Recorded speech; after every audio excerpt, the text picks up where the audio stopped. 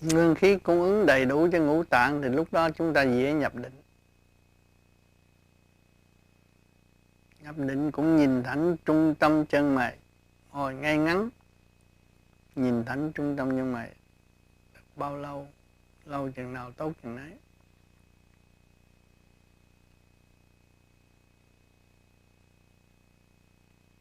Tu là phần hồn phải hoàn toàn tự do, mà lập lại trật tự thanh tịnh rồi phần hồn tự do xuất nhập cơ tạng. Học đạo, học những sự siêu nhẹ ở bên trên. Càng ngày càng thích thú mới thiền được lâu và thiền được nhiều. Và đem lại sự thật cho quần sanh. Những người ở gần chúng ta nói sự thật cho họ thấy, họ cũng cảm thấy thanh nhẹ và sung sướng. Người biết được cơ tạng của chúng ta là một tiểu thiên địa liên hệ với vũ trụ quan và phần hồn ra vô dễ dãi mới thấy rõ hạnh phúc là gì.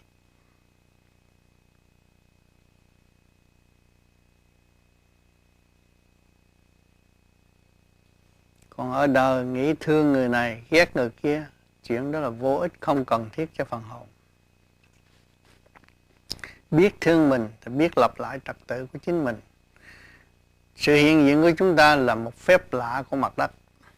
Chính khối óc con người đã kiến tạo bất cứ các việc trên thế gian này, cầu, cống, xe cộ, máy bay đầy đủ hết cũng do khối óc hình thành. Đó là một phép lạ. Mà nếu chúng ta tin Chúa thì thấy không có nơi nào không có sự hiện diện của Chúa. Chúa đồng khổ cực với chúng ta và Chúa đồng tiến hóa tới thanh nhẹ. Thì chúng ta mới thấy là trìu mến Chúa chừng nào thì tâm thức chúng ta càng bình an, rồi dễ tha thứ và thương yêu. Và chúng ta cảm thông trật tự là chánh pháp. Con người sống mà không có trật tự của cơ tạng tức là khùng quẫn.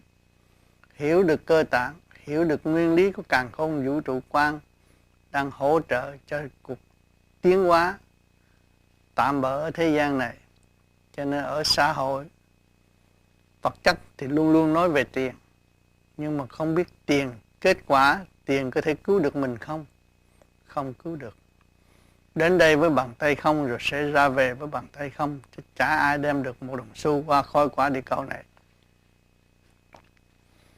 Chỉ ta có thể xây dựng trở lại với tâm từ bi sáng suốt thì chúng ta có thể đi bất cứ nơi nào, mà đi đến đâu đem lại sự bình an cho tất cả mọi người. Biết thương mình mới biết thương cha mẹ, biết thương mình mới biết thương đồng loại. Cái áo chúng ta mặc được cũng chưa có biết may, cũng nhờ thiên hạ giúp chúng ta. Chúng ta làm sao ghét người mà chế khí giới đi giết người, cái đó là một đại tội ở trần gian này.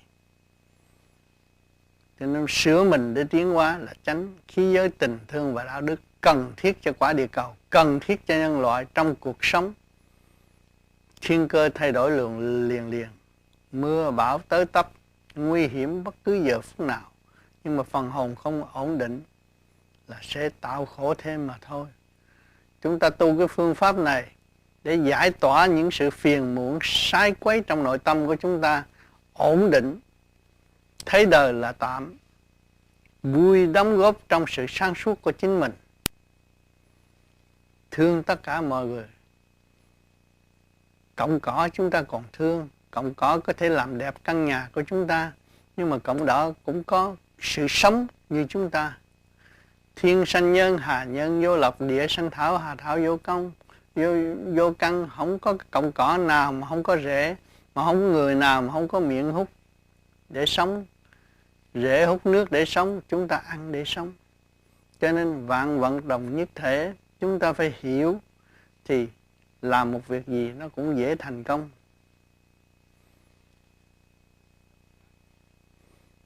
Người ta sống với trên đống cát mà ta biết đem đống cát mà nấu thành ly, thành kiến để phục vụ nhân sanh, mà kết quả của cái ly là cái gì?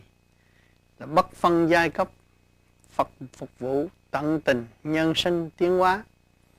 thì chúng ta thấy cái hạnh của cây ly qua cơn đau khổ rồi mới hình thành.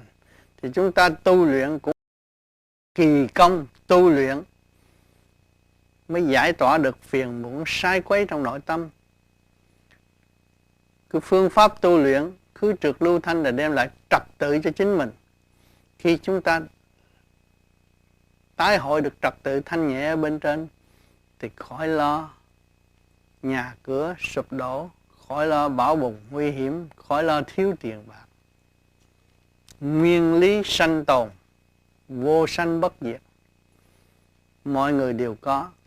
Hạnh từ bi chúng ta có. Chúng ta biết thương yêu cơ thể, biết thương yêu vợ con, biết thương yêu gia đình, biết thương yêu đồng loại. Đó là chúng ta có hạnh từ bi. Mà không chịu nuôi dưỡng hạnh từ bi, không thanh tịnh làm gì có hạnh từ bi cao đẹp được. Chúng ta mượn cái pháp để tái lập hạnh từ bi cao đẹp, điển quang dồi dào, sáng suốt, biết tha thứ và thương yêu tất cả mọi người, thì chúng ta sẽ có cơ hội nhiều hơn người thường, tốt đẹp hơn. Và chúng ta không có phung phí những gì ở vật chất, phung phí vật chất ở thế gian mà tạo thành ô nhiễm cho xã hội bất an hiện tại.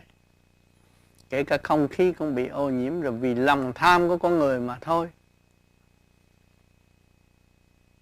Muốn làm được một sự việc cho chính mình nhưng mà không biết hậu quả. Chúng ta có thiên quốc, có một nước ở trên trời. Cho nên những người tu về đạo gì cũng muốn về xứ đó. Tin Chúa muốn về xứ Chúa, tin Phật muốn về Niết Bàn. Thì chúng ta tin nơi Phật thì chúng phải làm cho thanh nhẹ, chúng ta mới về mới Phật được. Bằng chứng thấy rõ những người tị nạn tới xứ Mỹ, có tới xứ Mỹ người Mỹ mới giúp. Không tới xứ Mỹ người Mỹ đâu có giúp được. Nếu mà chúng ta không thanh nhẹ, chúng ta không về trời thì Phật đâu có giúp được. Không về trời, không về tới Chúa, Chúa không giúp được. Cho nên ở thế gian tánh nào tật nấy, hung dữ vẫn còn hung dữ, dâm ô vẫn còn ông dâm ô, và không có giải quyết được cái trượt khí trong cơ tạng đang bám víu và làm cho khối óc ta nặng nề. Vì tiền, tình, duyên nghiệp và hại suốt kiếp không tiến hóa nổi.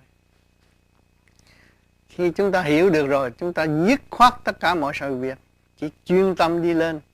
Chúng ta phải tới cái chỗ thiên quốc, mọi người đều sáng suốt thông minh và không có giận hờn lẫn nhau, giúp đỡ lẫn nhau, xây dựng trong một cái ý thiện lành tốt đẹp. Có làm mới có. Cho nên đời đã dạy chúng ta rất rõ, đời rất quý, dạy chúng ta muốn có tiền phải học chuyên môn, mà chuyên môn không có trật tự thì chuyên môn đó không có hình thành được.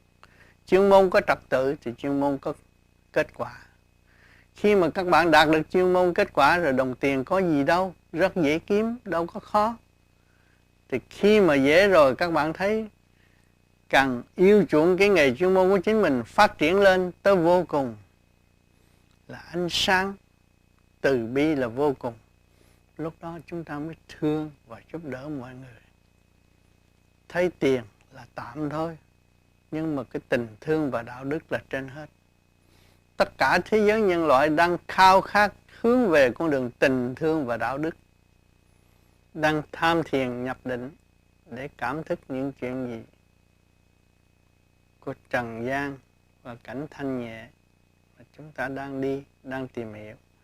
Cho nên bắt buộc phải nhắm mắt để đưa hồn thăng hoa thanh nhẹ, đồng cảm thức một đường lối giải thoát và không có bận biểu trần gian và không tiến hóa nổi.